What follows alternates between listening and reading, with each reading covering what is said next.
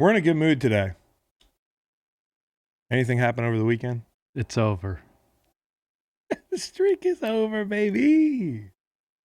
It's finally over. All right, we got to do a show now. It's time to. We're on to Clemson. That's right. That's how we think at UVA.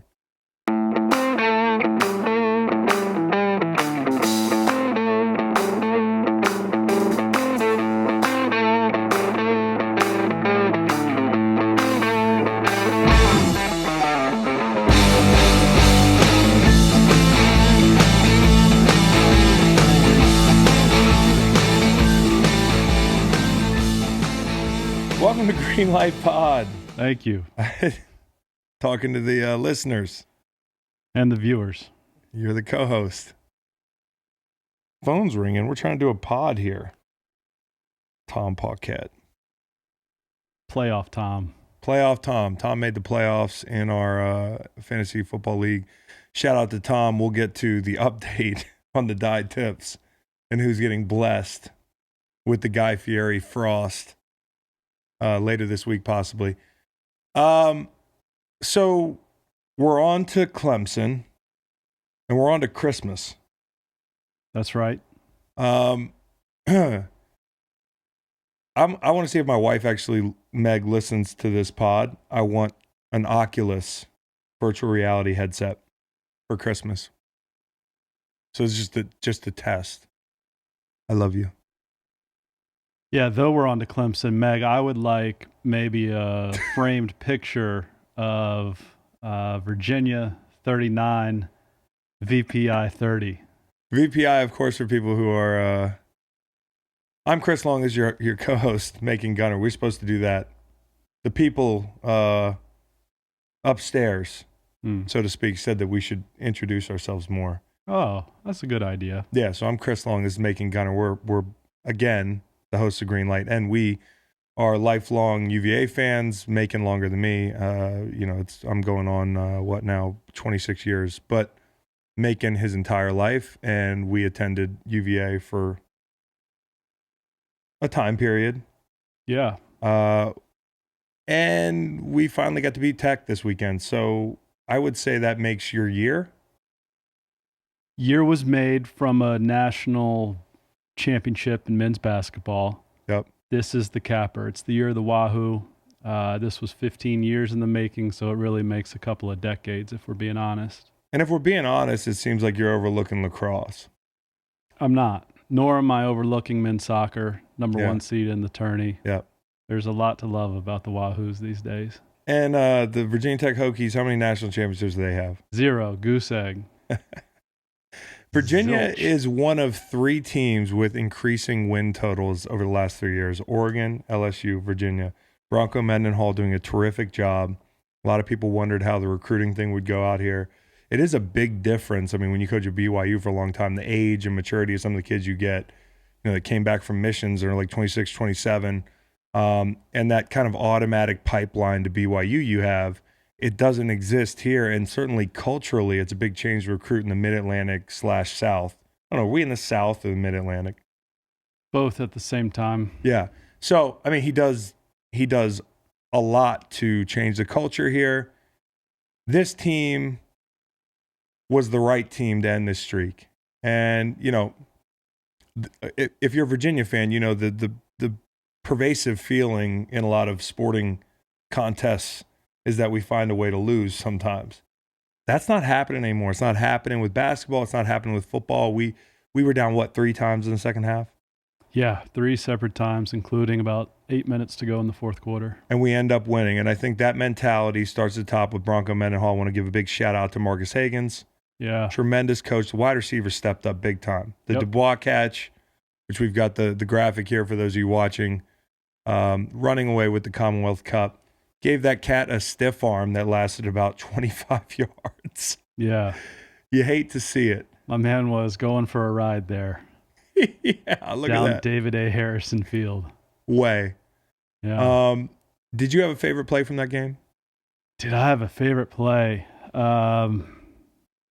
This might not be the most popular pick because there were some really how can you not pick that or the one that sealed it? But Brian Delaney's 48-yard kick. Yeah, that was huge. I mean, that's a kick, as you were saying, historically, a Virginia player might miss. I'm up in the box going, he's going to miss it. And he drilled it. He drilled it. Shout out to kickers. My favorite play is probably because it's such an indication of how dominant Bryce Perkins has been at times. And, you know, I said this on Russillo's pod yesterday.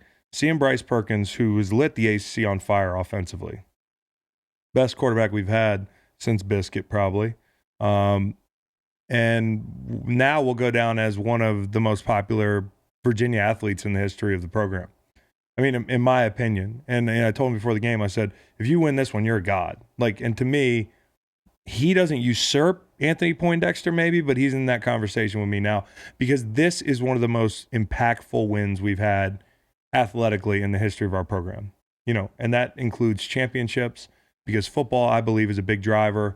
You can't do it if you can't win in state 15 times in a row. And then I think four preceding our last win in 03. So what, 18 of the last 19? Yeah, 98 to 03, yeah.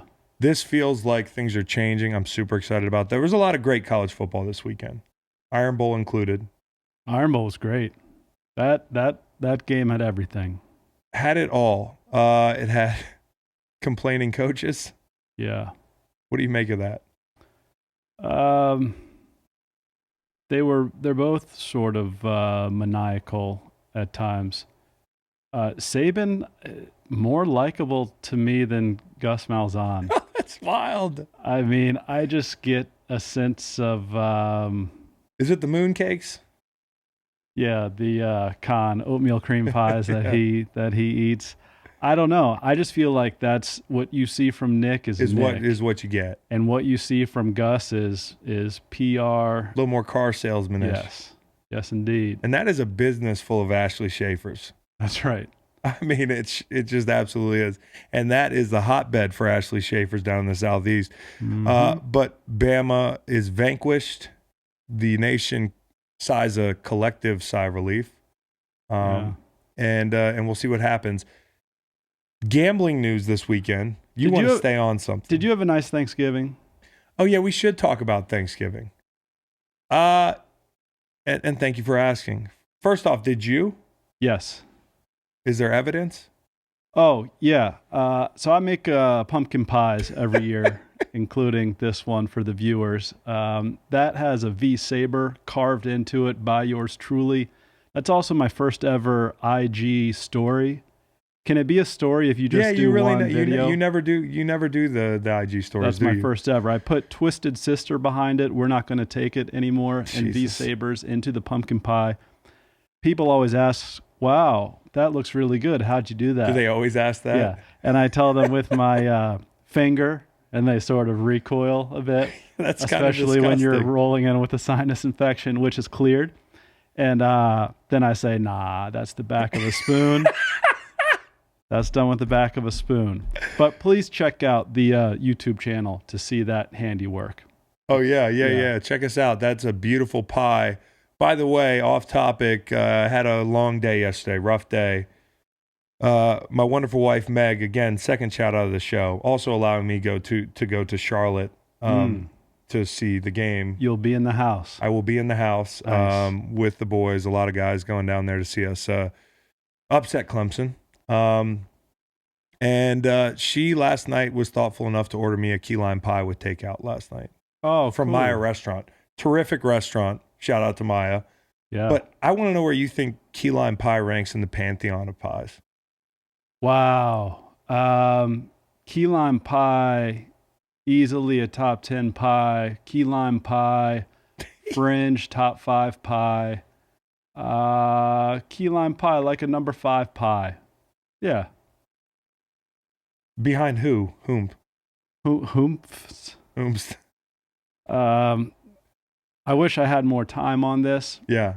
I really do like that on you. I really do like a pumpkin pie. I guess like an apple pie. We can rank the pies another day, but my point would be, and I haven't made it yet, which is that key lime pie is fucking elite. I agree. And it's also the biggest curveball out of any of the pies that are prominent. I mean, key lime pie has something different to bring to the dance. It's tart. I love it. And Maya makes a great key lime pie. Thanksgiving was very good. Thank you very much. My observation now that I've had a Thanksgiving free from football is that it is probably the best holiday. Oh, welcome again. Yeah. And now you sprinkle in some Commonwealth Cup in and around it, rivalry weekend. Terrific. One thing I will say, I have a theory about American holidays. I know not all of these are just American holidays, but Thanksgiving, Christmas, 4th of July. What do they all have in common? Well, drinking for most folks. But I would say a crescendo that is long awaited and quickly over. Kids feverishly tearing apart the presents like packs of wild dogs that don't give a shit about anything but the presents. They've waited for months. The disappointment when you get socks as an adult. I like socks. And that was a bait. I know you were actually just before we started the pod commenting on how cool my socks are. We know what to get making. Here's users or listeners out there, users of the pod. Please send us the coolest socks. I'll put the address where you can send your socks for Macon. For Christmas, we'll do a Macon Gunner sock drive.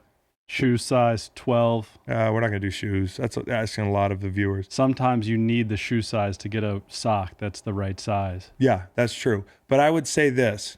Fireworks on 4th of July, turkey and food on Thanksgiving. It's over so fast. Yeah, New Year's Eve literally has a heart out. But I guess you have that runway of New Year's Day to enjoy it. Yes. Yeah, okay. I don't know what it means about us. Yeah, that's a point. It's not a very interesting point. Oh, it's interesting to me. I mean, you eat in 5 minutes, and it's like a 48-hour production. Yeah.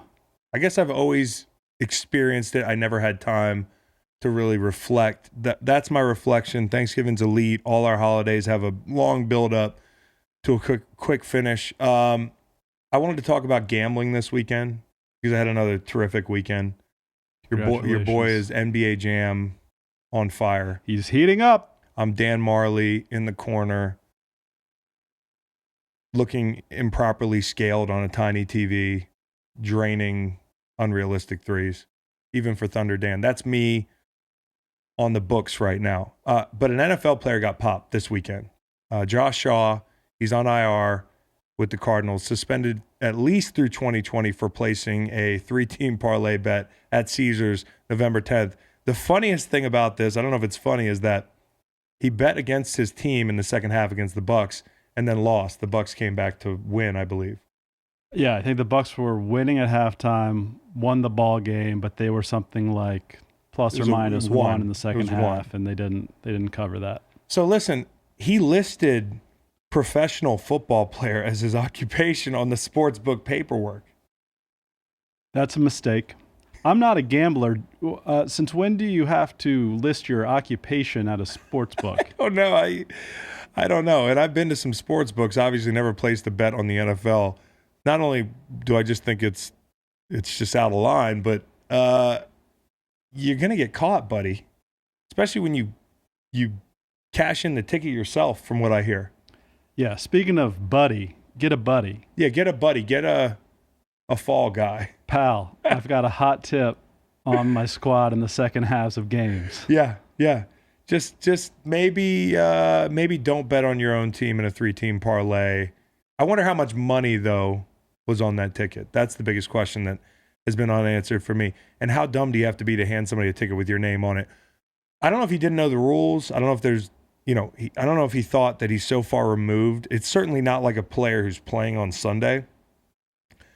But it's a bad look. Being on IR, I know you can feel removed from the team. You got to know better. But the NFL now, with legalized gambling and stuff, they're going to run into more and more of these problems. Yeah, they're in the gambling business. Well, they always have been. And that's the thing. They've always had gambling in their DNA, whether it was the Rooneys and the would you say, Maras? Yep. Stickler for pronunciation here. Those guys were like, they kept book back in the day, the originals, the OGs. I think one of them parlayed, like, no pun intended, a nice day at the racetrack. I think it was Rooney and bought the Steelers with that. I think he just went on a tear at the racetrack. That's a big day. And bought the Steelers. And then I think Mara was just a bookmaker, man. And I think he bought the Giants for $50 that he made gambling, I believe. So since the beginning, there's been a long line of gambling issues. And, you know, there's been owners involved in DraftKings, Kraft, and who else? Jera. They own part of DraftKings, only 5%, but twice now, Romo's had his fantasy football convention just completely moved because of clashes with the NFL and sponsorship issues and that sort of thing. So you're going to see this landscape now where we're going to run into more and more of these problems, these intersections of the game and the game that's being bet on as well. In 1963, Paul Hornung. Golly, you got to come better than that. I know you know how to pronounce Mr. Hornung's name. It was worth a try. And Alex Karras, I believe that is how that name is pronounced in actuality, were suspended for a year for gambling. And this was news to me. I'm not that much of a historian, but it turned out to be a Pete Rose style thing. They were betting on their own teams, but it came out in the beginning that they were just betting. And Rozelle, the commissioner at the time, stepped up because they were doing this AFL merger. Broadcasting was coming into play. So they had to make a big example out of these guys. Now, I think a punishment of just through 2020 is kind of lenient. This is a guy who's relatively expendable, no disrespect. I mean, most of us are, but definitely a guy who's on IR that isn't like a star in the league. If you're the NFL, don't you make an example out of this guy? Through 2020, though? I don't know, man. I'm not saying it needs to be a lifetime ban, but he kind of walked into this thing. 4th round pick. He'll be 28 in March. That's going to be 29 years old the following season. His career is effectively over. Yeah. So example made, I don't know, but for a guy who's younger and in his prime, betting on a team, a year and 2 months, probably not enough, is the way I'm looking at it. Swayed you? No. Am I just winning a ton of bets, or am I the tease god, bro? Since I found out about teasers, it all started one day when somebody was like, hey, if you don't like that line so much, you could just tease it. I said, what the hell is that? You pick 2 teams or 2 lines or 2 over-unders, and some of you real gamblers out there are probably listening like, he actually doesn't really know what a teaser is. He's just been winning them. I am 12-2-1 on teasers in the last 3 weeks. And to finish the explanation, you match up different lines and they're adjusted by 6 points. So like, for instance, last night, I didn't need to do it, and this is part of the problem. Am I actually just winning a ton of individual bets and selling myself short? Because last night I took the Seahawks like plus 2.5 and the over at like, what was it, 41. So I nailed both of those, but I would have nailed the actual lines anyways. So I'm killing it with the teasers. I don't know if it's luck. I don't know if this is a trend, but Vegas, you're in trouble. I don't know if I get like snuffed out for calling out Vegas. Like they send some assassin with a long silencer right here in the Chalk Studios. Pew, pew. You and I speak freely. Yeah. I remember a time a couple months ago where I was afraid to even check in on you following Dallas Cowboys, New York Jets. Yeah, that was bad. So I think these things ebb and flow. They do. You're on a heater. I think you stay in the tease God lane. Yeah, that's don't get a big head. That's my lane, bro. But it'll come back. But for Vegas, it's gonna be like death by 1,000 cuts, like paper cuts. Yeah. And if you're feeling a little paper cut, Vegas, that's just me. Slice, tease God. Veteran gamblers have mixed feelings. A study that took the NFL games from 01 to 11 said that sports books come out on top for 6 to 7 point teasers, which is what I specialize in the last 3 weeks. And the away team in the over pays out more than the home in the under. Another thing is, though, that would lend you to believe that it's not just a heater. I'm just good at this. I was 6-0 this weekend. On the Green Light Pod picks. On the Green Light Pod picks. Nice. Stanford Steve 0-6. Wow. Yeah, big development. Oh, boy. Yeah, he was calling you Mush Macon. Was he really? Yeah, I'm not trying to start static between friends of the program, but and I kind of perpetuated that by joking that the day you missed, I did a Bronx Tale thing. Put you in the closet because you were picking bad games. That was a joke. He was supposed to like drop the joke, but now he's calling you Mush Macon. So It's not the first time I've been called that either. Yeah, really? A mush, yeah. That's mean and not fair because I've had some locks of the week in various Pac-12 locks of the conferences week, yeah. this season that have been really successful.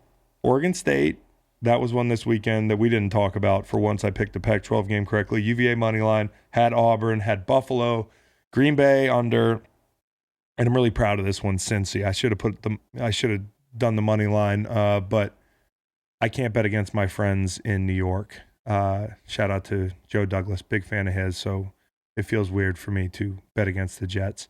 Let's do shit I saw real quick. It's going to be quick, rapid fire. Can we look at UVA rushing the field? And by the way, we might have got it wrong against FSU earlier this year. We made up for it by rushing the field after our 39-30 win in the Commonwealth Cup. I mean, and that's a thing of beauty. Yeah, you have as soon as the final play is over, students, fans jumping over walls, running down the hill. Didn't see anybody not stick the landing. No, and you have full field coverage within seconds. Athletic, student body. Makes sense because the athletic program is very good. Looks very Game of Thronesy. I was very proud. I was too. And then we have Auburn fans following this girl. Yeah. Look at the guy holding the branch. Like it's fucking Lord of the Flies. Homegirl just disappears into that hedge. Look at her face. Is she really crying? I'm sure they've had hedges at Jordan-Hare. Yeah. Is that how you say it? Spelled Jordan, pronounced Jordan. Makes no sense. For a while, I thought Georgia just had the rights to hedges on your field. Am I the only one who watched the game hedges? and I'm like, it's just occurring to me that I can pay more attention? Like, what's going on with the hedge imitation thing? Who's imitating who? Right. And you saw the two, she might have been one of them. Yeah. But the two older women that were wading through the hedges. Yeah. Good online content regarding that screen grab. Oh. Saw there might be a couple bottles of Chardonnay buried somewhere in that hedge that they were going after. If the hedges could talk, like what's going on in the hedges? Yeah. And why does anybody think after watching everybody sink completely into the hedge that you would just free fall? I guess you don't have another choice, but I'm for sure doing the I'm deathly afraid of this ladder I'm climbing down style ascension,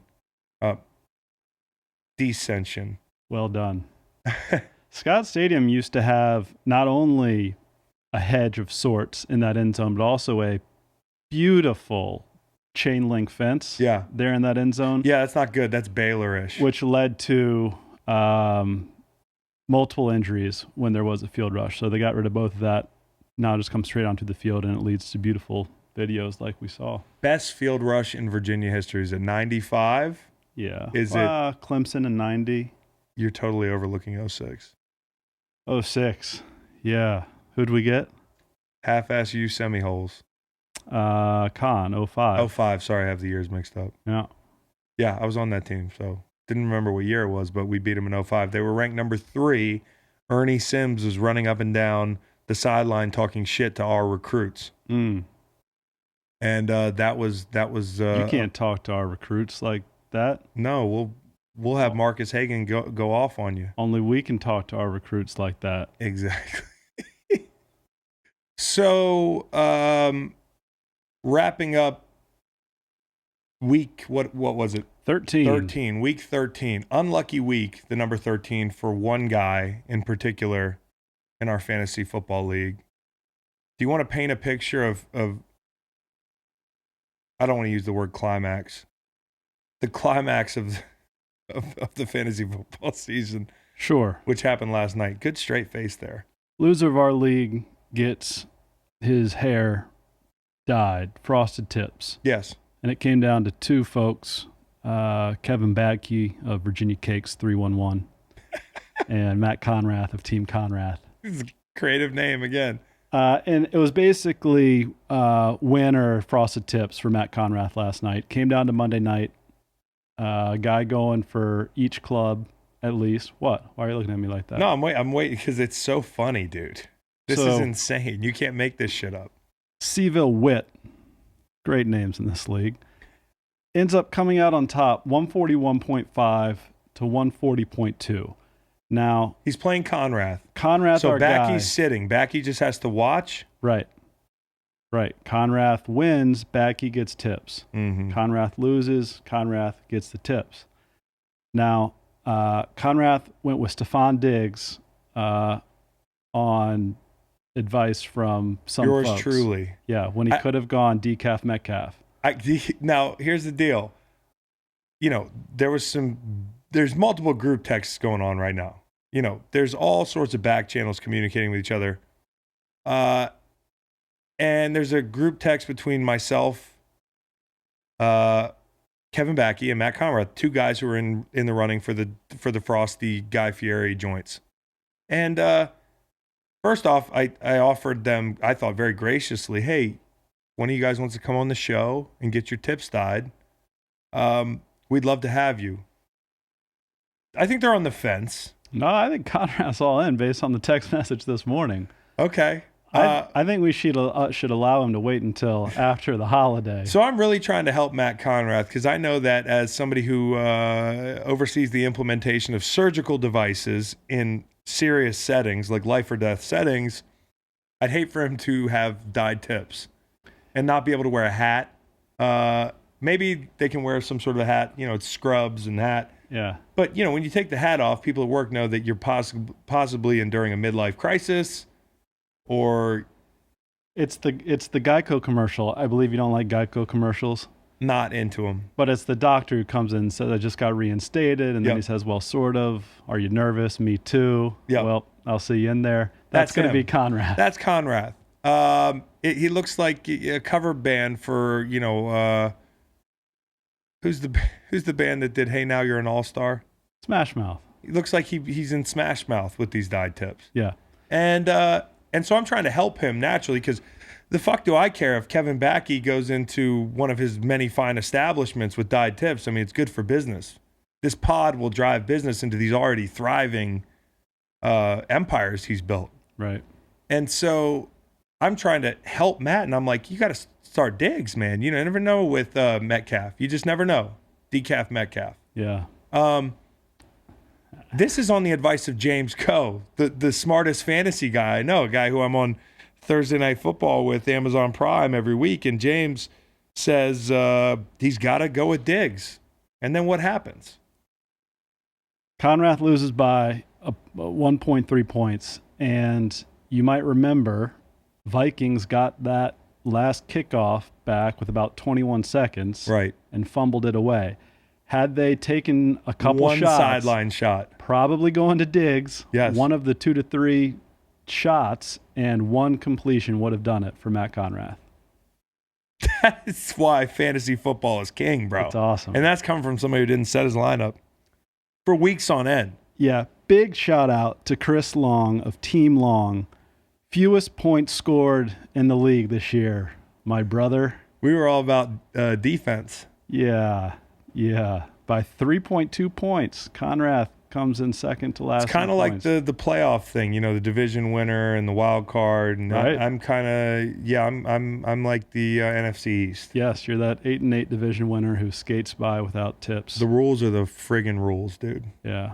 Monday Night Football, real football last night. So we will hopefully have Big Matt Conrath in to talk football, a bunch of things that we'll sell as an opportunity to rant about whatever he wants to, but really we want him to dye his tips on the pod. Yeah, and any Central Virginia hairstylists out there that's doing dyed tips. At Joel91, at Chalk Media. Yep. Holler. We'd love to have you. Last night was a battle of two elite quarterbacks. Captain Kirk almost was Captain Comeback last night for a second there. And I had to watch this game on a DirecTV signal that was drunk on gas station liquor, as I put it. My DirecTV box just guzzled one of those bottles behind next to the chewing tobacco. Probably 2 pints. I couldn't even. It was like play, lag, play. So forgive me if any of my analysis is off. I figured out that in the third and fourth quarter I could watch on my computer. Hadn't done that in a long time. You had Booger and Tess. Oh God. Yeah, we did. You had Decaf Metcalf, which was the highlight of my Tessitore night. Highlight of his career. No, come on. Like, let's not be. I'm not being harsh. I'm enjoying the entertainment that is. And I've said this before. Whoever takes the Monday Night Football job, you are taking. It's a Trojan horse. It looks like the coolest thing ever. It's not the coolest thing ever. You're just going to be a part of the shit show. If you're good at it, you're good at it. Gruden is what I will say. Gruden. Sure. I loved Gruden. Are you going to talk about Russ mic'd up? I will talk about Russ mic'd up, but we did have Decaf Metcalf, and Joe's like, he's just struggling to get the word. DK Metcalf, and not a word. Like, Booger didn't bust his balls, which would have took the edge off. Yes. Just take the edge off. You made a mistake. My man Collinsworth would have said, sure look caffeinated to me there, Joe.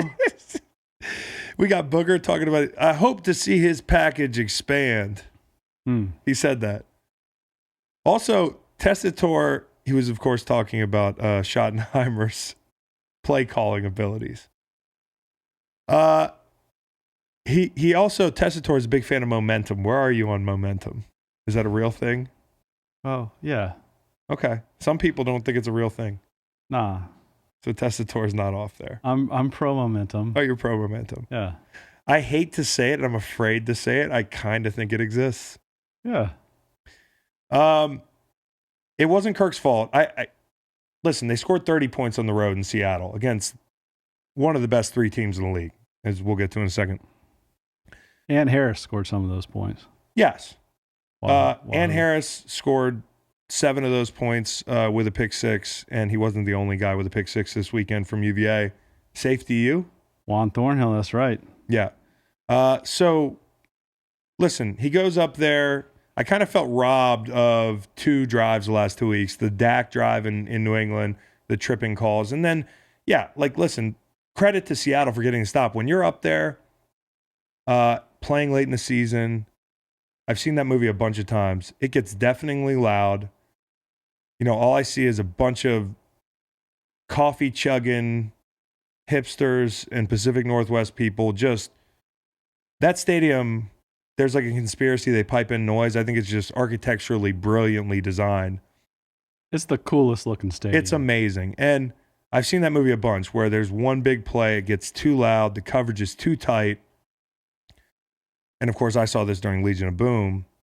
And something underneath, they knock it down. There's just no space.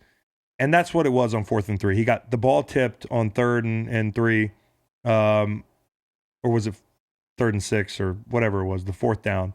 And then he's thrown in tight coverage. There was nobody open there. So, like, I'm not going to shit on Kirk on that last drive. There wasn't a lot there. I felt robbed of maybe an opportunity to see the drama that would have mounted if he got down the field. I felt the same way about Dak in New England. Listen, they came out hot. First drive, you got a jet sweep. You have a fullback going for like 30 yards. You finish with a Cook touchdown on a toss. And I can hear him saying, this shit's for real. This shit's for real. And I'm like, I believe it. Like, that's a hell of a first drive. But Seahawks, they just find ways to beat you.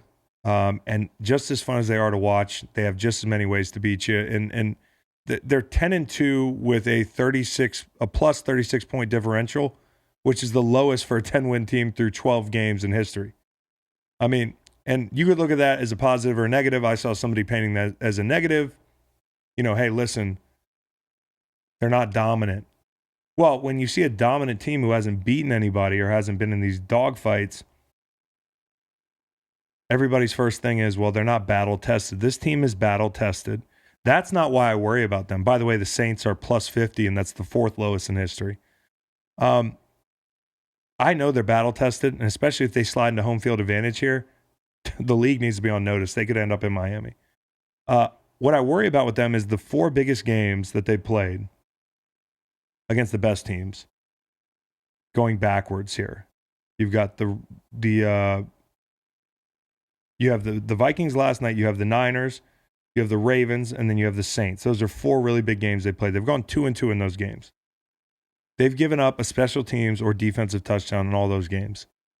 And if you play football in the NFL, the first statistics you need to know about is that when you give up a score to the other team unconventionally, your chance of winning goes way down. And coaches always harp on that.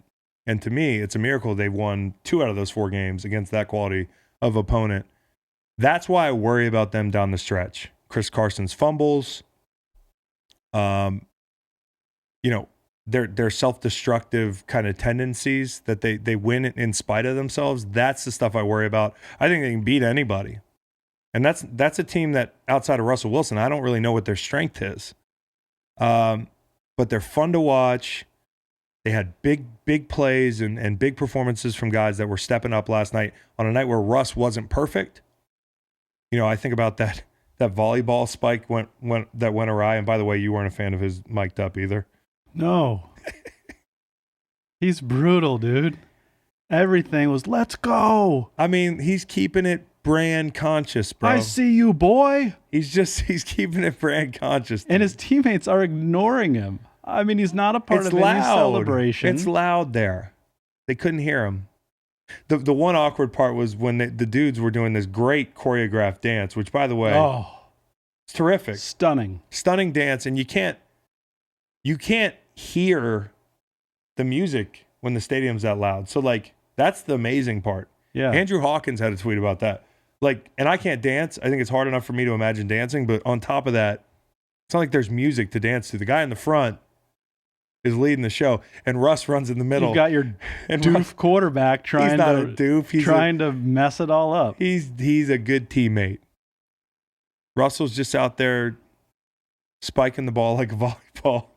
And then Joe Tess, when he hears, let's go, said something to the effect of, we are witnessing a master class in leadership by Russell Wilson. Joe Tessitore would know. Listen, the way Russell Wilson has played all this year, I don't think it matters what he says. Guys are going to follow. And last night he wasn't on his A game. There was the pick. There was the scramble out of the back of the pocket, which was almost inexplicable. It lost 13 yards on that. Could have been a bigger deal. But they find ways to win. They got the fake punt, which helped alter the outcome of that game late. You've got the Trey Flowers pick was a big play. Clowney stepped up. He stepped up all year. Rashad Penny, 36 carries through 12 weeks. The last 2 weeks, he has run for 302 yards on 29 carries and 2 touchdowns. And that's big with Carson's fumbling tendencies, which I mentioned. If you're Seattle, you're always nervous with him down the stretch in some of these big games, the way he puts the ball on the ground. And it's good to have a guy like Penny step up. Metcalf stepped up, as we mentioned, because Lockett was targeted 3 times, no catches. Yeah. So they get production in a bunch of different ways. And I think that while they might not have a real strength outside of Russ, that's all you need. And sometimes, not having a strength, if you don't have a glaring weakness, it can be even better. And I'm not sure what their glaring weakness would be other than their defense has been poor but improved lately. 4th most yards allowed passing in the league. So their defense has been poor but improved lately. If you look at them the past few weeks, they've done a better job. Now, last night, they were leaky in the end, and that's what they're going to have to work on is if they get up big on one of these teams in the playoffs, especially at home, you have to be able to pin your ears back and rush and get production and help these guys out on the back end because that has been their weakness. I'm not ready to call it glaring at this point. I think if they get home field, again, that field it's the 12th man. It really is. The 12s. Yeah. I have a quick question. Yeah. You don't know the answer to it. Does Sunday Night Football have the rights? Does NBC have the rights to player intros saying your name and your school or where you're from? I don't know. You don't see that anywhere else, do you? No. That's interesting. Did you get to do that? I did. I used to say Wahoo at the end. Oh, nice. Yeah. Good. Yeah. Maybe started by Chris Canty. Chris Canty did it. Yeah. He played in a lot more primetime games than me. Yeah. I'd get that about once every 3 years in St. Louis. Yeah. Okay. Power rankings, they suck. ESPN has it right now. Ravens 1, San Francisco 2, Pats 3, New Orleans 4, Seattle 5. I don't like it. I hate it less than you do. What do you hate the most? Well, I know you're going to scream about the Pats. Would you disagree? I mean, they're a good football team. They do one thing very well. They have a glaring weakness, though, and that's the entire offense right now in the receiving core outside of Edelman. Yeah, they'll get Dorsett back. I mean, I know that's not Antonio Brown. It's not Rob Gronkowski. The only conceivable reason to have them at 3 for me, and by the way, mine goes Ravens, Saints, Hawks, Niners, Chiefs, Pats 6. I say that because I feel like one team at 6 is trending down. The Chiefs are trending up, and they're getting healthy. I think that with the Pats, their good wins are at Buffalo, right, which is looking better lately. It's against the Eagles and the Cowboys, who have been laughing stocks lately. So you can't shit all over the NFC East and then tout the Pats as the third best team when 2 of their 3 wins against teams with, well, Eagles don't have a winning record.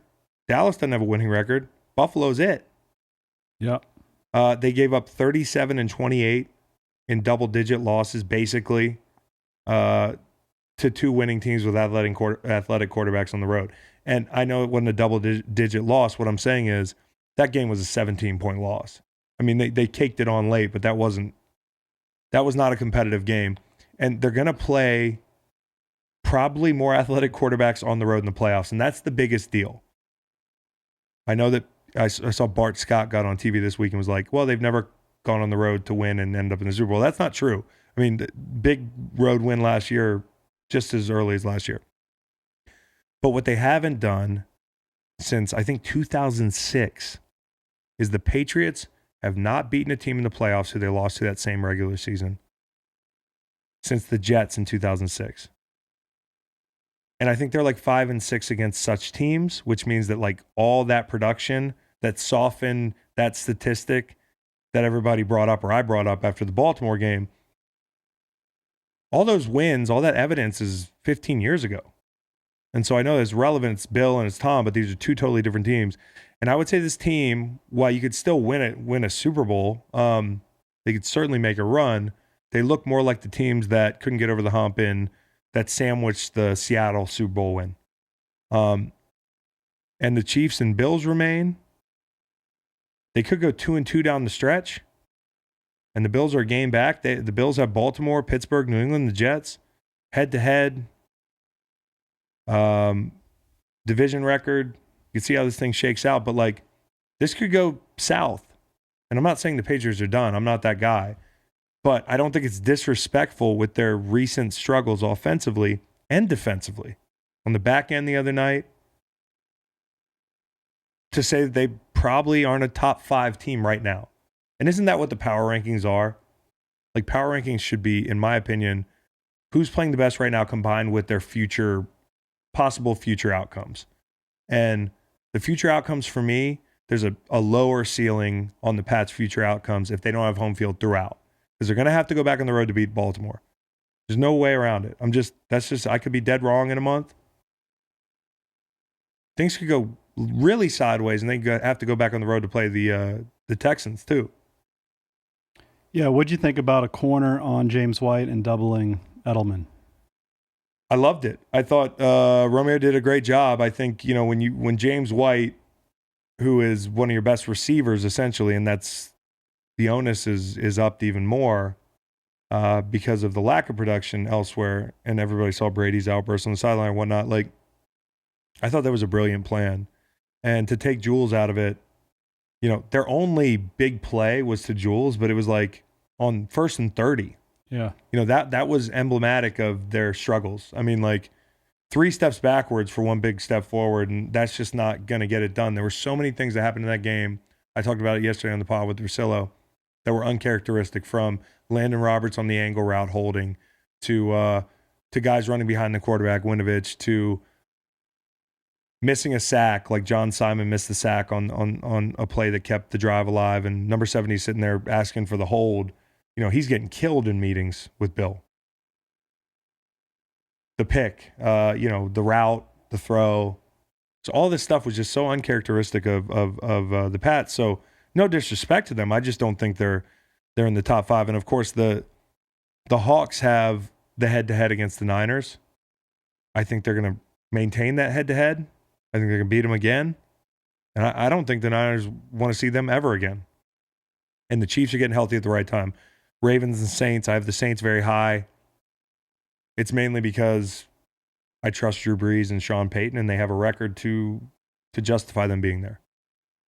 Remember what I told you a few weeks back? It's still week 14. That and San Francisco play for that tie, Kyle. Yeah. Could have been 8-0-1. It was a hot take at the time, but it looks kind of not too bad now. If you're comping them to college teams, I'll go first.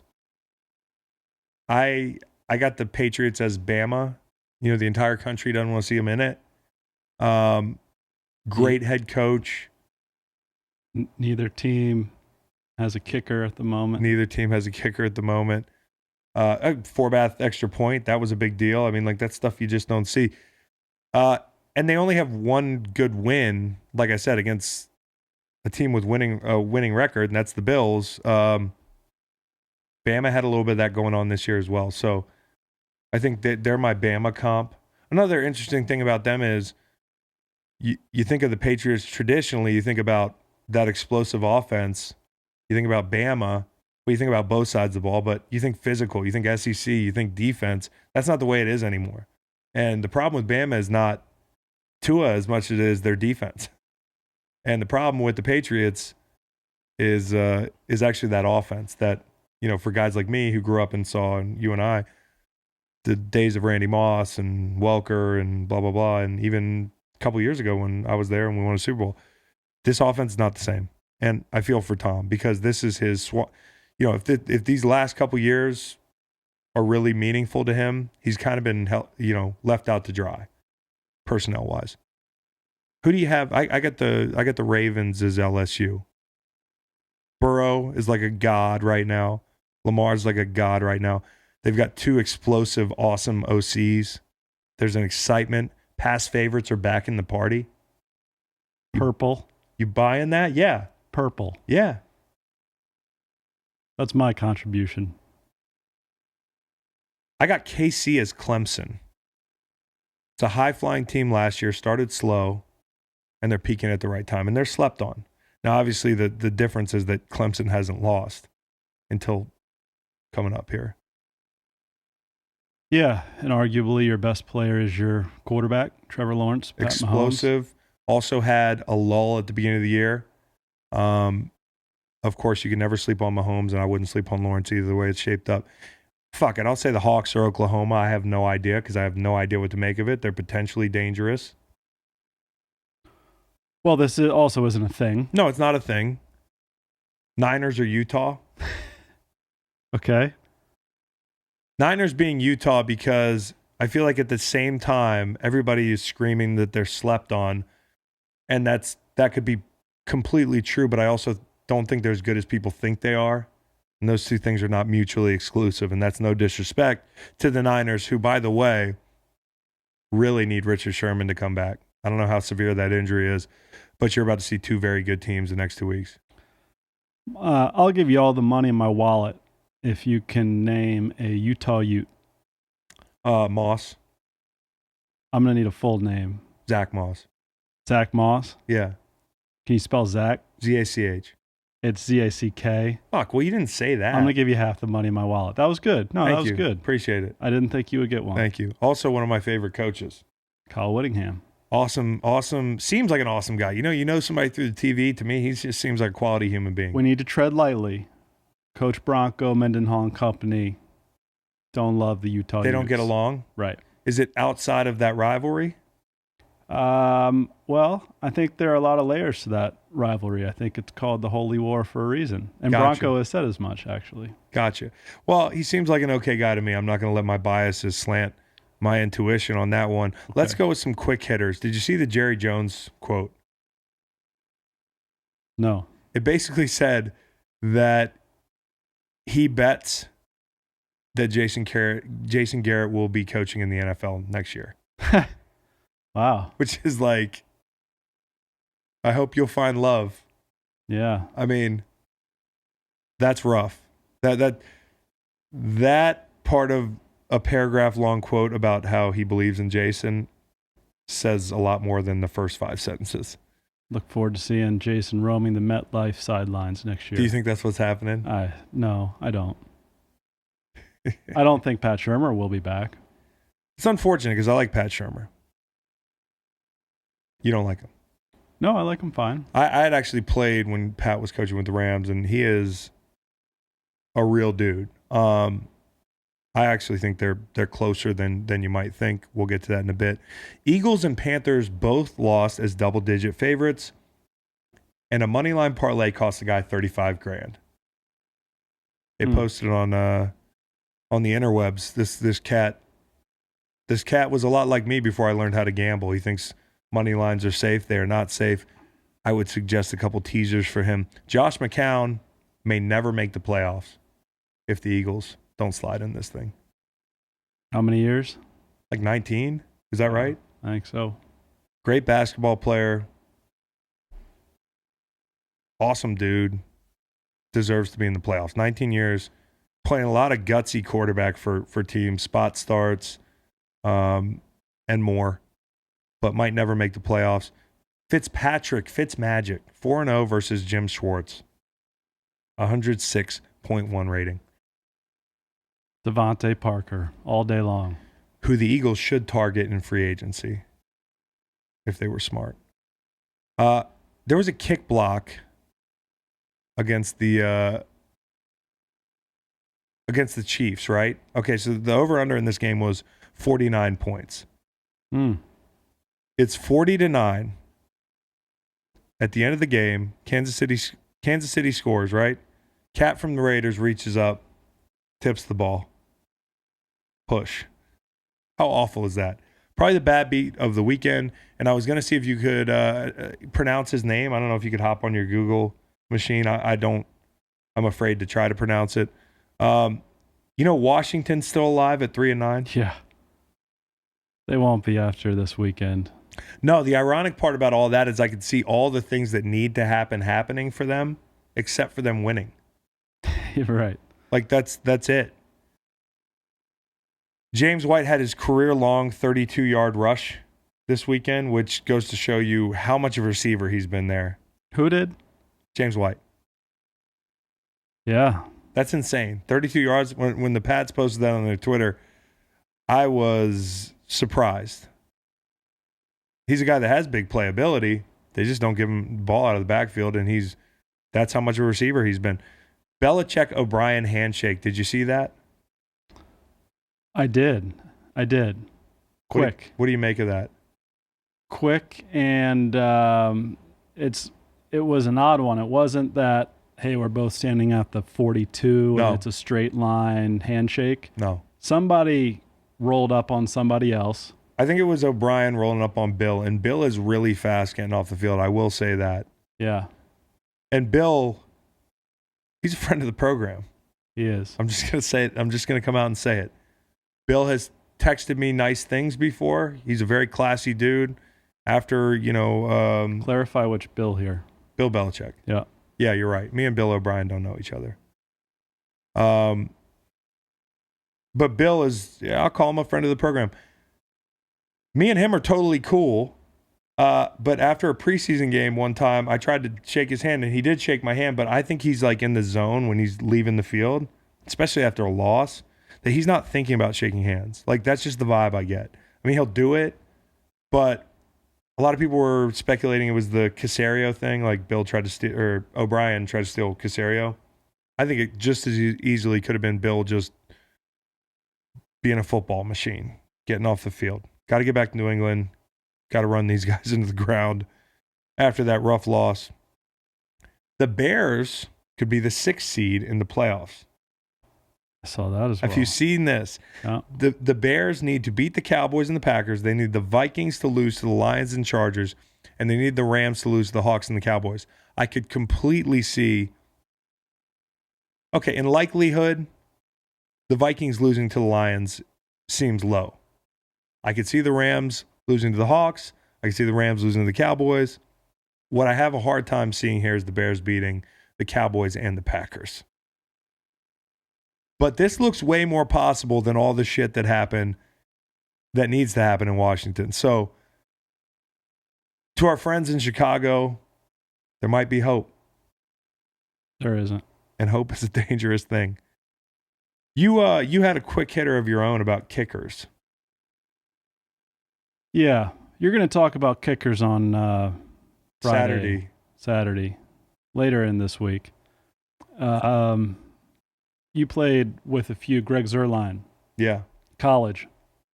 Hold on. Northern Iowa. Missouri Western State. One of those cornfield schools. You played with another, Stephen Gostkowski. College. Let's do, give me a conference. Ooh, gosh. The American. I think it's probably like Ball State or some shit. Memphis. And finally, Jake Elliott. College. Oh, he's Central Florida. Memphis. Sorry. Yeah, because the whole thing is that, yeah, Memphis, Central Florida, they play all the time. Nobody plays defense. That's all I have for you on kickers. All right. We'll talk about Justin Tucker and the value of kickers later in the week. I want to get to most embarrassing moments. This is a segment I'm excited about because I found a list that I had compiled from a few years back. So these are all pre-2016. I'll update these at some point. But the most embarrassing moments of my life, I asked Macon to pull a few, and we asked Twitter for a few. Make, you want to go first?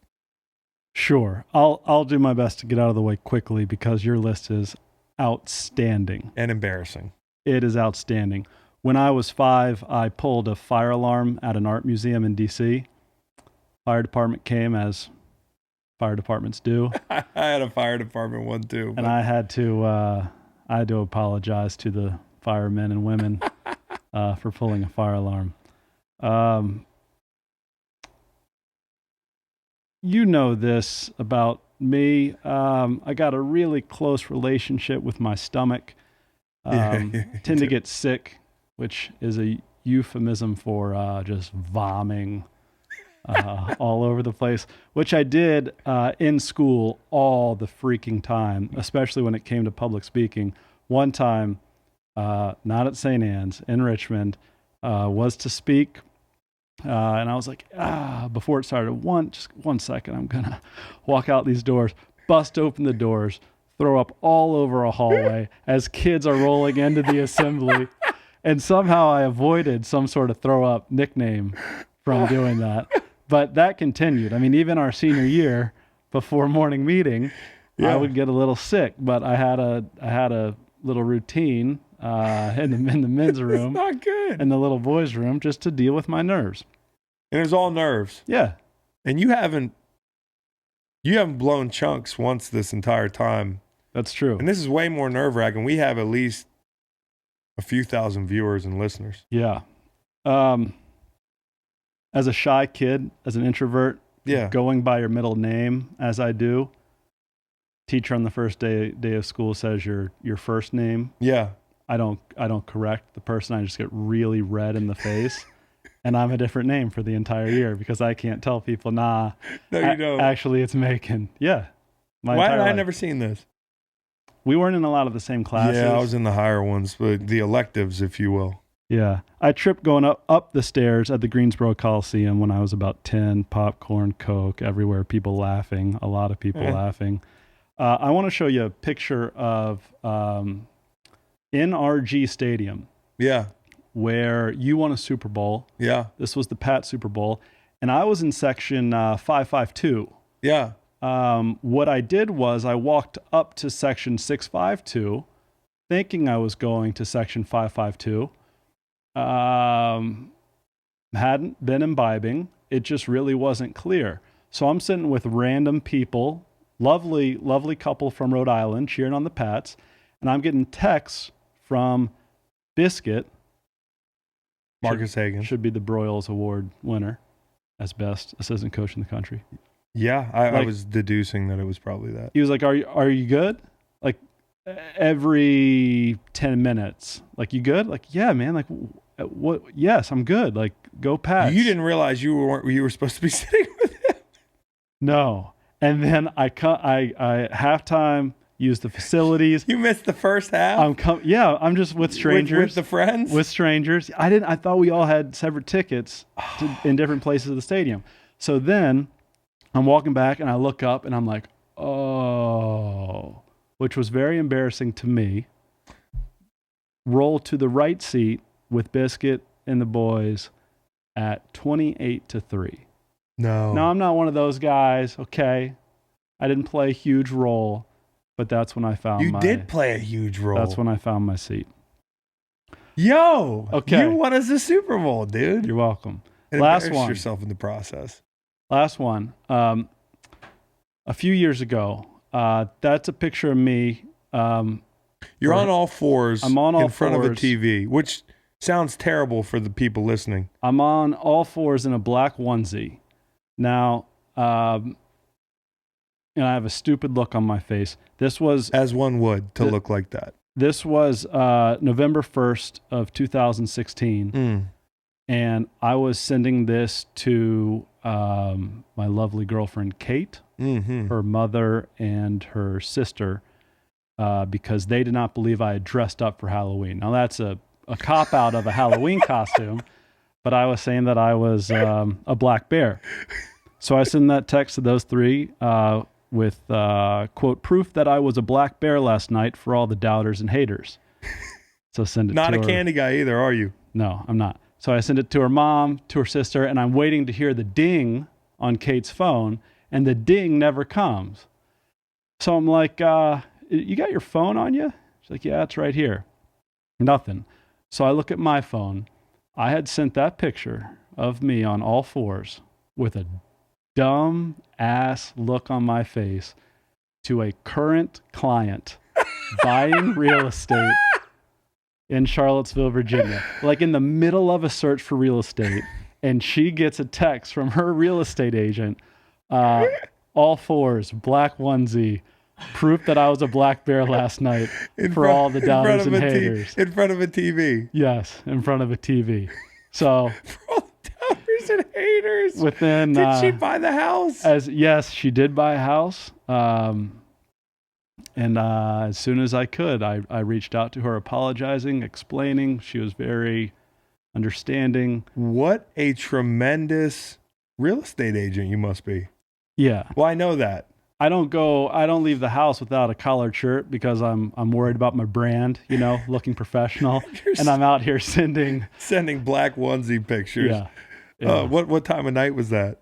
Nighttime. I don't know. That makes it even worse. It was awful. But your list, mine doesn't compare to yours. Yeah, this is in no chronological order here.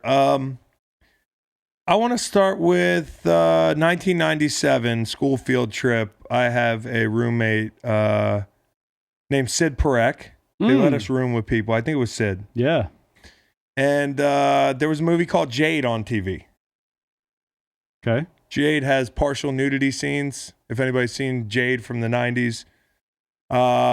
So naturally it's on TV. I get out and go in the hallways and tell everybody that Jade is on TV. Most people don't know. I'm knocking on the doors. So I get the whole field trip shut down because people are watching essentially what they thought was Skinamax.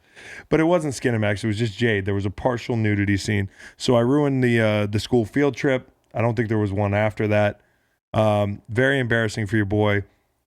2006, Los Angeles, loaded one side of a squat bar in a very crowded gym in a hotel.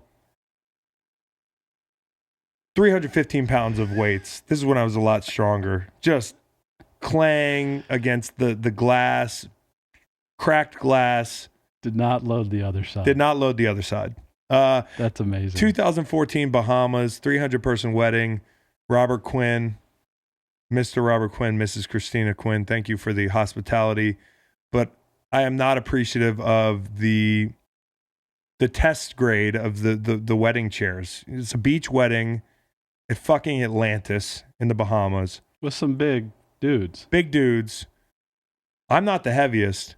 I am beyond hungover. This is back in the day when I used to really tie one on at night. I was walking around that casino just wasted the night before, ripping heaters, cigs. I know. This is a bad little time in my life.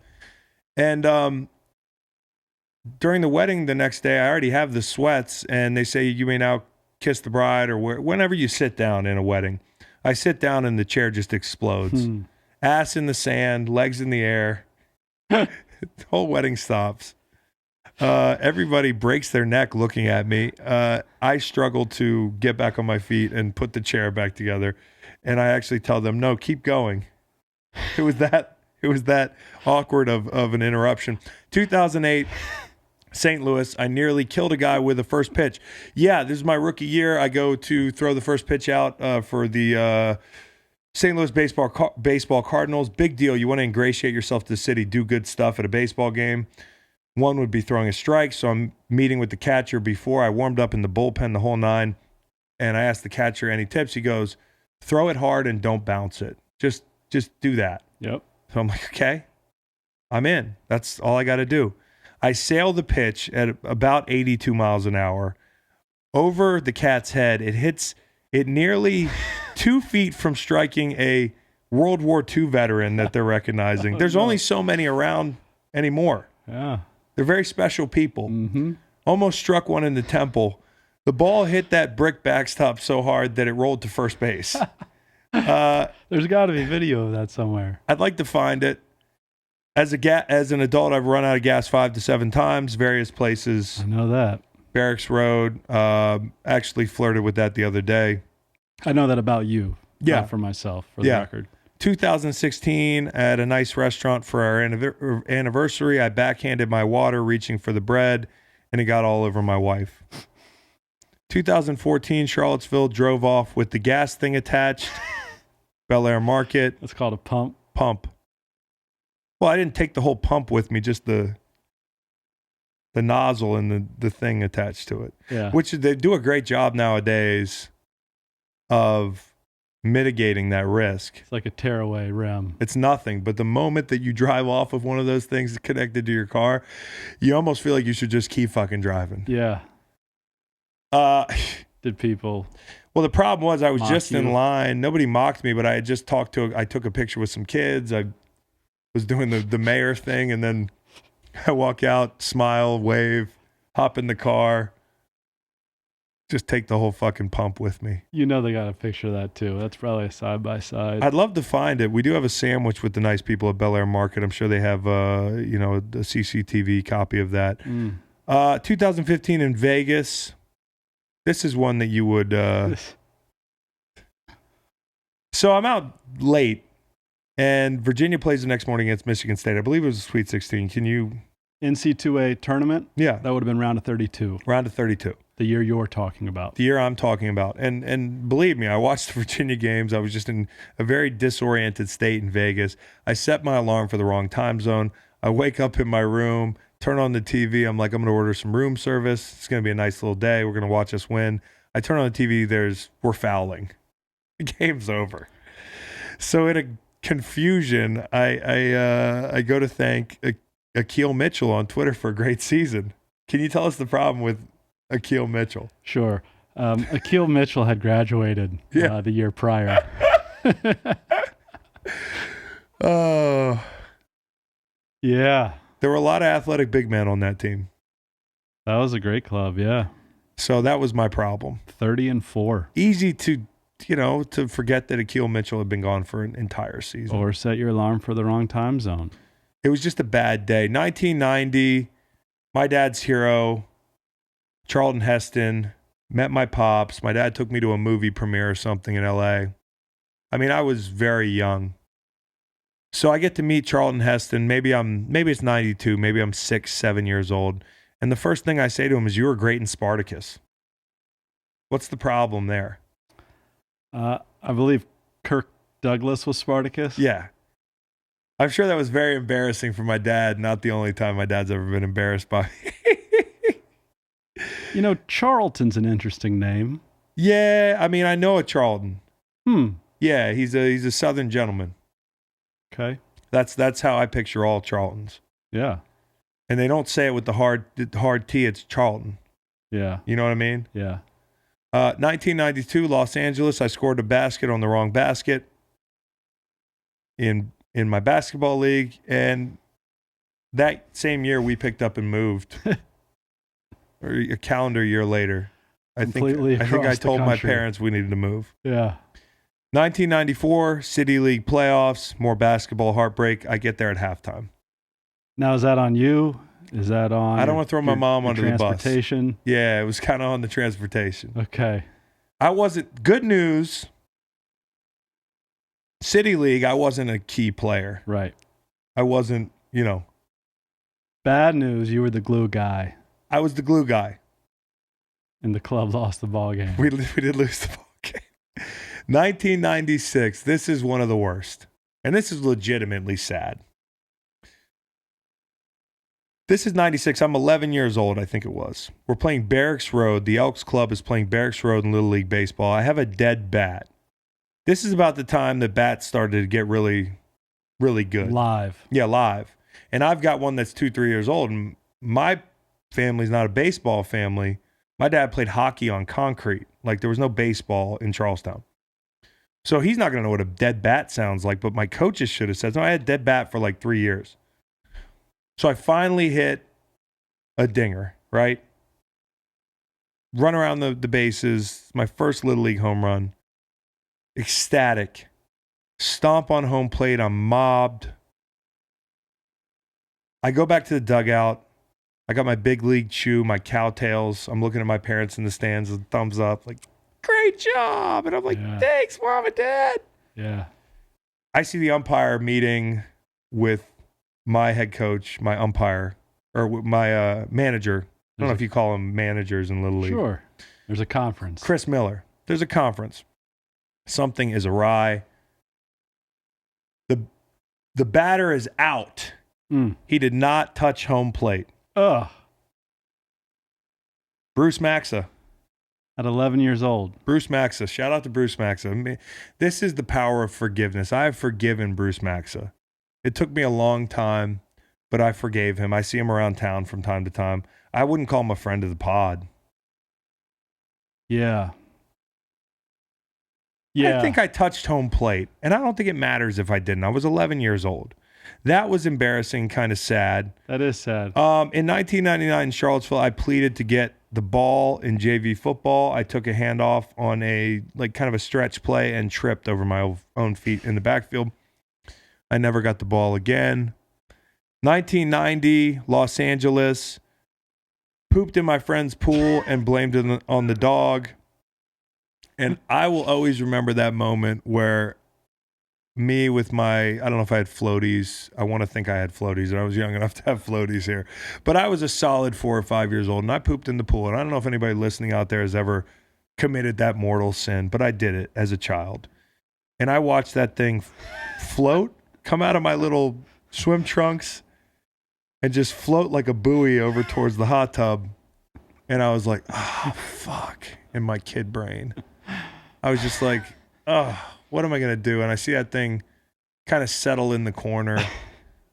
So the next time I go over to my friend's house, Mike Chalfin, who was my best friend, we're in the hot tub. And I said something to try to cover my tracks. I said, do you remember the last time I was over? Yeah, the dog pooed in the pool. It was the weirdest thing. And the dad called me on it. You didn't get caught that day? I think it floated in the corner and we were done swimming soon and I just didn't speak of it. Wow. So the dad called me on it. He goes, no. He goes, the dog didn't poo in the pool, but I know a little boy who pooed in the pool. And I'll never forget that I've never felt smaller in my life. And I probably would have approached it the same way. Honesty is the best policy. 2016 Charlotte. You lied. Yeah, I was 5. Yeah. What wasn't I lying about at 5? Yeah, you were being dishonest. You blamed it on a dog. Fuck the dog. Is the dog still here? 1990. Nah. Unlikely. Very unlikely. Dog was a smaller dog too. Wasn't a big fan of the dog. 2006 Charlottesville Lecture Hall. What? No, nothing. Go ahead. Fucking dog always used to look at me funny. He's the first thing that was going to get blamed for shitting in the pool. Lecture hall, large, 300 people, towering lecture hall. I was always in class. Probably a 101. My ringer deal. Elitist. My ringer goes off very loud. It's Chameleonaire. Nice. That was very embarrassing. And then in 2013, I took a picture for Rivals.com. You know the picture. Oh, I know it well. I procured I was a diesel kid. I was like a solid 250, but I had to do my Rivals picture. And back in the day, nowadays the kids do highlight videos. They do huddle, all this stuff. I mean, you have the commitment shows. All we had was take the most badass head tilt Rivals picture you could. And me being a private school kid, and the knock on me was I was a private school kid. We had to tough up the picture. So I got my friend Jeff Haas, who's a neighborhood adult, to get his massive F-350, park it in the driveway. I got an A shirt. Oh, I would have said that was your Bronco. Yeah. No, it wasn't the Bronco. And I posed in front of it. Actually, I posed in front of Package Depot. Huh. So I did this in a public parking lot.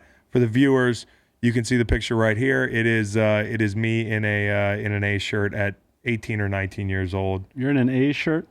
That is an A shirt. My traps were just enormous. 4 stars. I might not know what an A shirt is. I don't want to say what it is. Okay. Yeah. It has another name. Yeah, WB. Right. Okay. Not a thing to joke about. I thought you were talking about Oakland Athletics, and I was confused. No, I was in an A shirt. Okay. I was in the shirt that every mobster wore in the 40s in Little Italy. I hate to say with this. Suspenders. I'm probably not going to say this. What? I can't decide if I'm going to say this right now. Okay. Was it one of these? Yeah, you got one on. I'm currently wearing one. I'm currently wearing And you're one. wearing it under your collared shirt for the listeners. Which and, I do. And he just exposed it. It's tucked I'm in. kind of a throwback here. There you go. It is tucked in to his khakis. Who looks more normal, me or the guy in this photograph? Oh, well, shit. This is the Chris problem. Long, Rivals.com, for those who want to look it up later. I look like a guy who's going to do a bid. A young guy going to do a bid. Yeah. Turned out I was the furthest thing from it. Yeah. 4-star. Nice. Army All-American. Gatorade Player of the Year, but 3rd place in Falcon Club. Local county awards show. This was a tie for 1st. Yeah. Private school bias. I also see 6'4" here. I saw a damning photo of you and me this weekend. Yeah. You think we're the same height? Nah. You think you're taller? You're in front of me, and I'm kind of towering. Oh, that was at the game. There's a little bit of a runoff at the end of the end zone. I was down the hill from you. Nah, this is after the game, at the celebration after the game. Oh, I'll show it to you Okay, later. show it to me later. Let's intro James Laurinaitis right now. Let's talk some college football, some Rams, some Ohio State. My good friend, James Laurinaitis, joining us on the program. So, my distinct pleasure and honor to welcome one of my heroes onto Greenlight. Everything at Ohio State, Rams legend, probably still leading tackler, right? Well, yeah, they when they traded Ogletree, that helped. But yeah. No, well, stop. I think you'd still be okay. We have Big Ten Network, 97.1 The Fan. How many media things are you doing? Fox, right? You're Yeah, a busy guy. Just trying to grind, bro. Just trying to stay busy. Is that hard? Because we were just talking, and in our playing days, it was a totally different kind of grind. Life is better right now, right? Yes.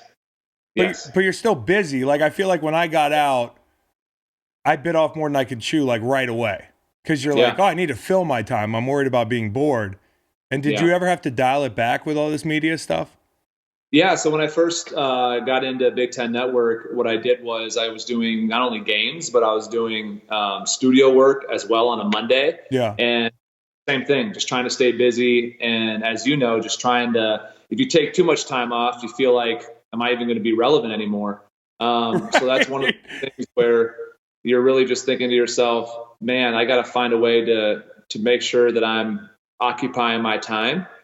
And then it got to a point where it was like, well, with young kids, do I want to travel to a game site and then to Chicago for media and then do 2 studio shows on a Monday and then end up being gone Thursday to late Tuesday night? And I'm like, how did I turn this media career into being gone so much? Well, yeah, I mean, you kind of retire, part of the perk of retiring is you get to see your family more, and then you start to like explain to your kids, like, I got to go to like Kalamazoo to do a game, or so it's like, that's a hard sell. Before we kind of had, we played with the Rams for the people listening. James Laurinaitis and I were 2 of the top picks those first couple years there. I was Lenahan, and then I had Hazlitt, and then James comes along. He's the first big pick that Spags makes in the Spags era, and we did nothing but lose. Yeah, for many years. James, do you have any good memories? What were the good memories? Let's talk about the good. Man, just the locker room was great. The team we had. I mean, we had a great locker room. Yeah. The D line room in and of itself, but. People always ask me, like, was it just miserable? I'm like, well, no, we had fun. We had a fun together. We really enjoyed being together. The frustrating thing, obviously, this is I really felt like we were going to turn around, especially when Coach Fish got there. I really believe that if Sam could have stayed healthy and we just would have had consistency on offense, we could have had an opportunity to turn that thing around. And we were so close. And we would beat teams like Seattle, and then we'd go and lose to teams like to the Tennessee Titans. I was just thinking about that game. Jake Locker beat us. I mean, you weren't there yet, but I mean, actually you were there. Do you remember in 2010 who beat us to keep us out of the playoffs when we were – it's a relevant conversation now because the NFC East is as bad as it is. When we were in the NFC West, one year we almost won the division. Do you remember who beat us to put Marshawn and the beast mode Quake into the playoffs? Gosh, did we lose to the Redskins that year? Well, we lost in week 17 to the Seahawks. Do you know who I know that was Sunday Night Football. Who was the quarterback? If we won, we're in. Who was the quarterback? Was it Tavares Jackson? No, it was fucking Charlie Whitehurst. Charlie Whitehurst beat us, and we had to sit at home and watch. And I distinctly remember, because I'm thinking about the NFC East now, and I'm like, for the Beastquake. That was because we allowed them in the playoffs. Yeah. So anybody that doesn't think that that division winners should host home playoff games, look no further. It's one of the great NFL playoff moments. We wouldn't have it. No, I try to forget about that game as much as possible. I mean, heck, I got my only win in Seattle our last year. Yeah, we were both on the way out. You know how many pictures me and James took on the way out of stadiums, and after like the last few games, like, okay, well, this is goodbye. Like, this is the end of us here. And we got cut the same day. Fish called me. I'm sure he called you. I don't know if he called you or me first, but I thought it was the coolest dude that I could imagine getting cut by. How did that phone call go? Well, I was in the facility, and I was. Shit. Well, that was your mistake. I was trying to prehab. Like, I was trying to get my knee right and all that, and so just in there with Reggie, trying to do some modalities, and then next thing you know, he's like, "Hey, Fish wants to see you," and I'm like, "Oh gosh, this is not good." Did you finish your treatment? Like, is it one of those things like, "Hey, when you're done doing ice and stem on your knee, can you just finish the treatment first?" Yeah, no, absolutely, because I knew that once they were going to cut me, I wasn't going to have access to all that. Yeah, exactly. Find me at a YMCA in the hot tub. But no, I went up there and Fish. He's just like, "Hey man, what's going on? Hate to do this to you, but we're gonna have to let you go today." I was like, "Oh, all right." At that told point, me a highlight tape on the website. I was like, "Okay." Oh, that's cool. If it's any consolation, I remember he called me. I was riding around Charlottesville because I got the hell out of Dodge when it was cold in the winter in St. Louis. And by the way, James and I Love that city. We still got a lot of ties there. When we go back, it is nice to have a place that putting things in perspective. I know we had our individual successes, but we never won. And you go back to that city and people show you so much love. And these were all the people that sat in the stands through the 1-15s, the 2-14s, the firings, the bad losses, and they never left. And so it's really cool. I should note that when we go back to St. Louis, we get shown a lot of love. We went to a Blues playoff game this year. Do you have a favorite spot that you ate or hung out in St. Louis? I just love Clayton in general. I mean, that there, Clayton was awesome. Just, I guess my biggest regret probably being there was the fact of not actually staying in Clayton. I rented there my rookie year, and then went out. I got a Rottweiler, so then I went out to St. Charles, and then we got a nice home in Creve Coeur. But I really just love the walkability of Clayton. The walkability. Yeah, how about that term? I just love being able to walk the things, and was jealous of, you and Jake Long and the big money makers that you guys got to live. I'm sorry you were starving in St. Charles. So actually, since that fateful day we both got released, and I think it happened like bang bang. Fish called me. He was so cool about it. He was like, "Hey buddy, how you doing?" I'm like, "Pretty good." He's like, "Oh, that's great, man. You've been out in the woods lately?" And we talked for 2 seconds, and then he's like, "So, anyways, today me and we got to release you and James. I mean, we just had. I'm very sorry." And I'm like, "Fish, don't be sorry. This, for me at least in my situation, I was hurt. I probably deserved to be cut. We were making a bunch of money, and we were older, and it's the best thing that happened to me. But we haven't seen each other since that day, maybe, but 1 or 2 times. It's crazy to think about that. Now, who I do talk to still a lot is your dad, because I have the animal in my phone as Joe Laurinaitis. And then I have James, and I constantly text James for gambling tips in the Big Ten. Or I think I'm texting James, but I have shot about 5 to 10, hey, what do you think of Wisconsin today type text to the animal. He's like, what's his response? He's usually just like, hey, just another reminder, this is not James. And then I'm like, oh, hey, how you been? How you been, Pops? But Ohio State this year, you've got the biggest name in college football probably that's not a quarterback is Chase Young. Would you agree? Yeah. He's the biggest name in the draft. Although there's some teams that, might opt for a quarterback early. Where do you see him going? Who's his comp? What's your read on him? What kind of kid is he? Well, I think he probably will be the first pick. It's either going to be quarterback. The team loves a quarterback, whoever's that first pick is, or best player available. But Chase is, for one, he's an extremely hard worker. He showed up on campus 3 years ago, and I remember, guys like Mickey Marotti, who's our strength coach, saying scouts were like, "Who's that kid? Who's number 2?" And already putting him on their notepad and stuff before he ever played a snap, because he's looked the way he looked since freshman year.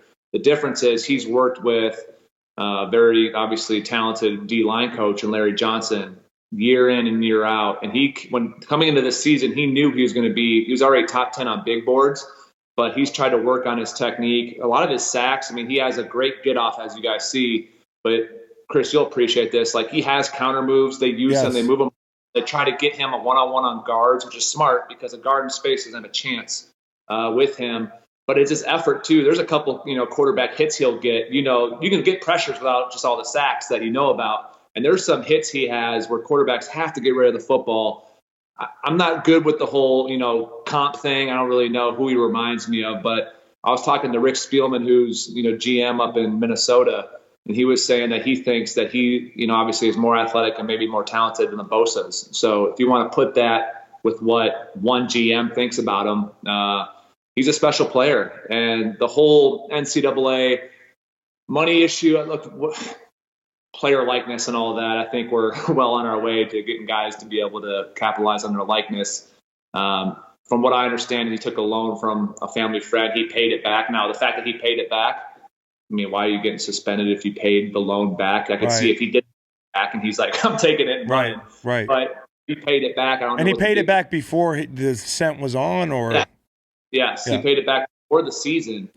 So it wasn't like he got exposed and there's a lot of questions about that I still have. You try to poke around like, okay, if someone was trying to get him like back for anything, why on earth would you do it before playing Maryland and Rutgers? Why wouldn't you? I have no idea. I had heard somebody on the broadcast during the Maryland game, I think it was Gus Johnson floated a theory that maybe it was somebody who was disgruntled in Maryland because of his recruitment. I guess he's a DC kid. Yeah, I heard that too. And I asked guys at Ohio State about it, and they're like, no, that's not true. And I mean, off the record, I wasn't asking on, air. Yeah, I was like, saying, hey, sticking a microphone in their face.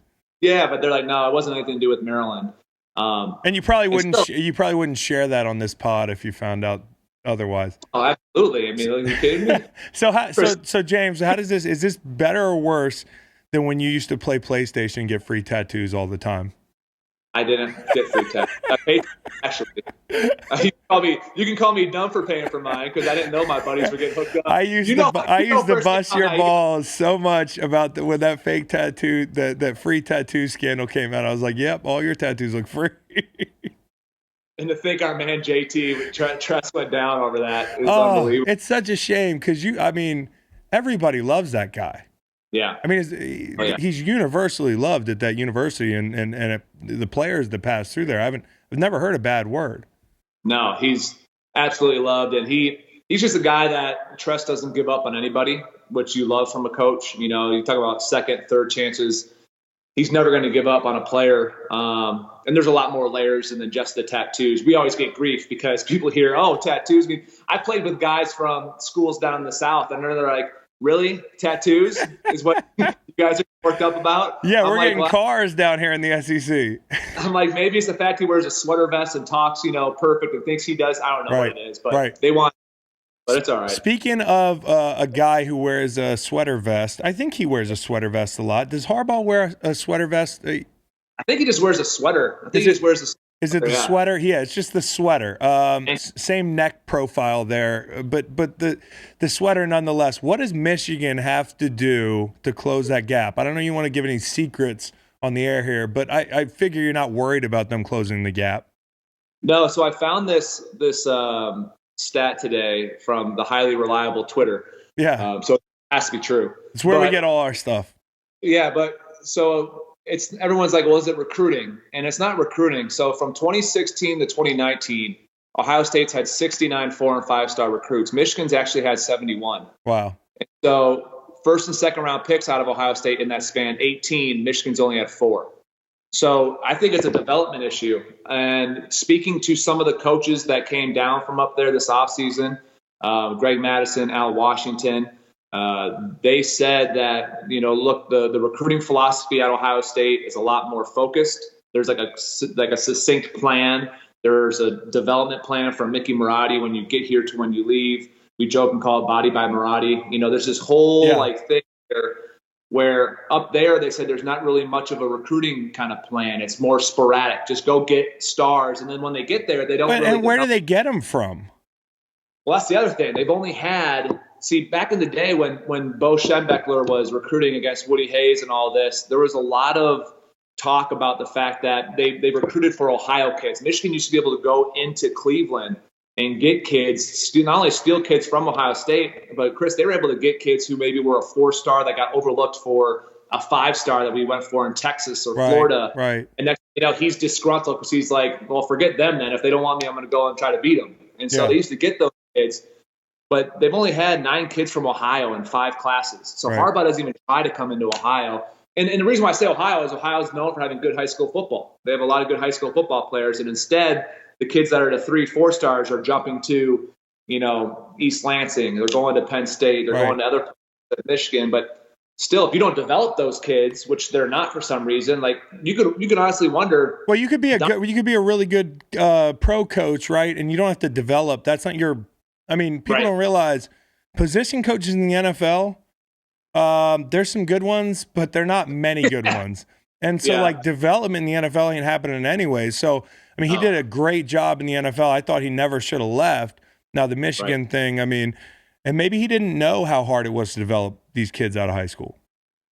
What surprised me about it, to be honest, when they hired him, I thought it was a slam dunk in the sense of Ohio State was running the spread, and I thought Harbaugh's going to bring this 22 personnel, Stanford offense, the stuff we 49ers, and he's going to be able to get killer tight ends, quarterbacks, and like tailbacks like Toby Gerhart to just everyone's going spread in the Big Ten, and he's going to come in and just punch everybody in the mouth. Yeah, he was going to run this pro style thing that was going to take it by storm, and didn't do it, and it hasn't happened. Yeah. And instead, he's changed offensive coordinators, I think 3 times already in 5 years. I mean, he's the first coach in the history of the rivalry to go 0-5.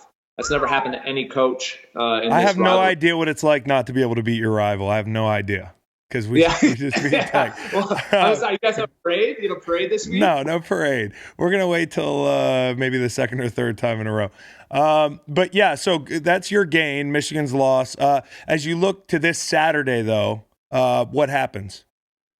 Well, gosh, Wisconsin, Ohio State were close in the first game in Columbus for a half, and that was bad weather, rain, all of that. I really feel that, Chase had 4 sacks last time. Wisconsin's going to have to find a way to get Jonathan Taylor going. J.K. Dobbins outperformed Jonathan Taylor the last time they played. He went for over 200, and really J.K. Dobbins, Chris, there's only been, I think, 3 games this year where he's played in the fourth quarter, and he's only 100 yards behind Jonathan Taylor, which we know Jonathan Taylor deserves all the hype and all the respect. But he's gotten more.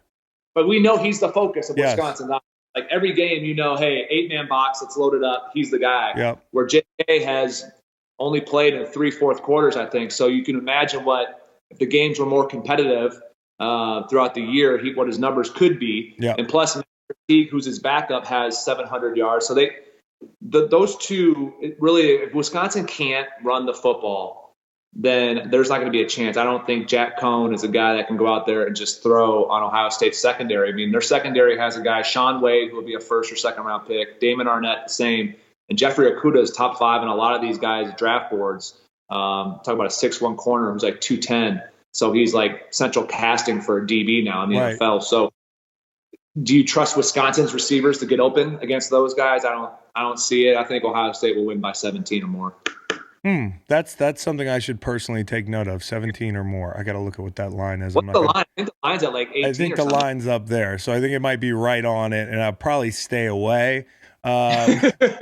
But real quick before I let you go, I want to talk playoff because you guys are pretty much going to playoff. Who do you think is the best or worst matchup in that playoff for you guys? Well, I'm hoping that they get the 1 seed because I think whoever slides in there at 4, I think there's a drop off somewhat. Not saying that a 4 team can't beat them. Like we know in football, anything can happen, especially college kids. But if I'm at OSU, I don't want to fall to 2, and then you're playing Clemson. Like people can say all they want about the ACC, but everyone wrote off Clemson after the UNC close game. Yep. And that happens in college football, and all they've done since. And I think it actually fits perfectly to what Dabo loves. Like, they're forgetting about us. Mm-hmm. Nobody cares. We saw his reaction. Nobody thought we'd win 12. Right. The over-under for wins there was the total was 11.5. So. Yeah. We got to go 30-0. They're going to kick us out of college football. I get his whole spiel, but I don't want to face that team because I know they have NFL talent. They have a quarterback who's done it before. Travis Etienne, everyone's forgotten about him. His numbers are crazy. We talk about J.K. not playing third and fourth quarters. Same with him. So I would just rather face whether it's Utah, Oklahoma. I think Oklahoma still has probably the in to get in because the Jalen Hurts story is awesome. And whether we get it or not, I do believe the committee, being human, they love brands. Yes. And I think, hey, if we can have Ohio State, Oklahoma facing off in the Fiesta Bowl in the desert, versus Ohio State, Utah. It looks a little different. Jalen Hurts. I'd rather have the Lincoln Riley. I just rather would face that team than any of the others. What is that tiny dog I'm hearing in the background? That's Louie. That's Louie or mine. That means the girls might be close to getting home. It's all chaos is going to break. How do you go from Rottweilers to like little? Is that like a little rat dog? It's a Morkie. It's a Maltese Yorkie. Yes, we got 2 of each. It's a Morkie. It's a mix of 2 small dogs to make a smaller dog. Yeah, and they own the Rottweilers. Yeah. You know what I've taken from that is you feel very secure. Well, you have what, 2 Rottweilers? I do. So what I do is I walk the Morkies in the morning. Uh-huh. Afterwards, I immediately rock the Rottweilers so that people are looking at me funny in the neighborhood. I'm like, hold on. Give me a second. Let me go get the big ass dog. Yeah. Back up. Well, good, man. I did not know you had a Morkie. We got to hang out more. This is we don't do this enough. I'm coming to Montana. We need to do, like, my co-host on our radio show here is from like the central east part of Montana. So he's like, before you do anything with Montana, I know you love Big Sky, all that. He's like, but if you don't visit Chris, yes, up dude, part of Montana, he goes, then you are missing living. He goes, I'm telling you, and all they have out his way is like trout fishing and empty fields, but like Glacier Park, Flathead Lake, Whitefish, all that stuff. You've been promising to visit me for years. I'm not going to hold my breath. Also, we're going to get you on Killy one of these days too. Well, I'm going to go fund me for the flight out to Montana. But once I get that. Okay, cool. Well, dude, it was good. It was good talking to you, and wishing you guys the best of luck this weekend. And please give Virginia your positive energy as we enter that game. 3+ touchdown dogs. Hey, you know what? You guys are there. It's a good sign, and you beat the Hokies, so that's a win. See you later, man. Appreciate you. You got to take baby steps, bro. Baby steps. Baby steps. Great movie. All right, dude. All right, buddy. All right, catch you. All right, so that was James Laurinaitis, one of my all-time favorite teammates. What a nice guy. Yeah. And what a nice fireplace that was. Really lovely home. Also an owner of a small dog. We heard it barking in the background. You a small dog guy? No, big dog. Big dog guy.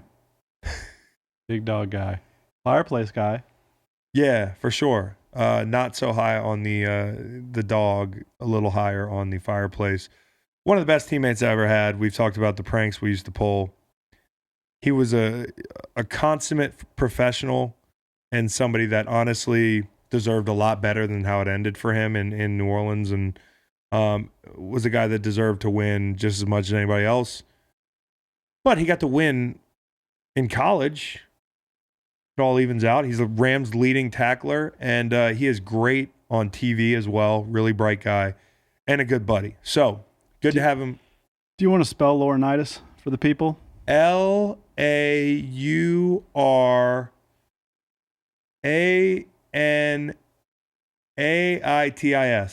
That's wrong. We'll see you in corrections. Okay. So this week we have Joe Harris, the interview that we talked about popping in last week. But some things didn't line up with the holiday weekend. We wanted to give you guys some room to breathe. Joe is going to come out this weekend on the Fishbowl. We also have Friday.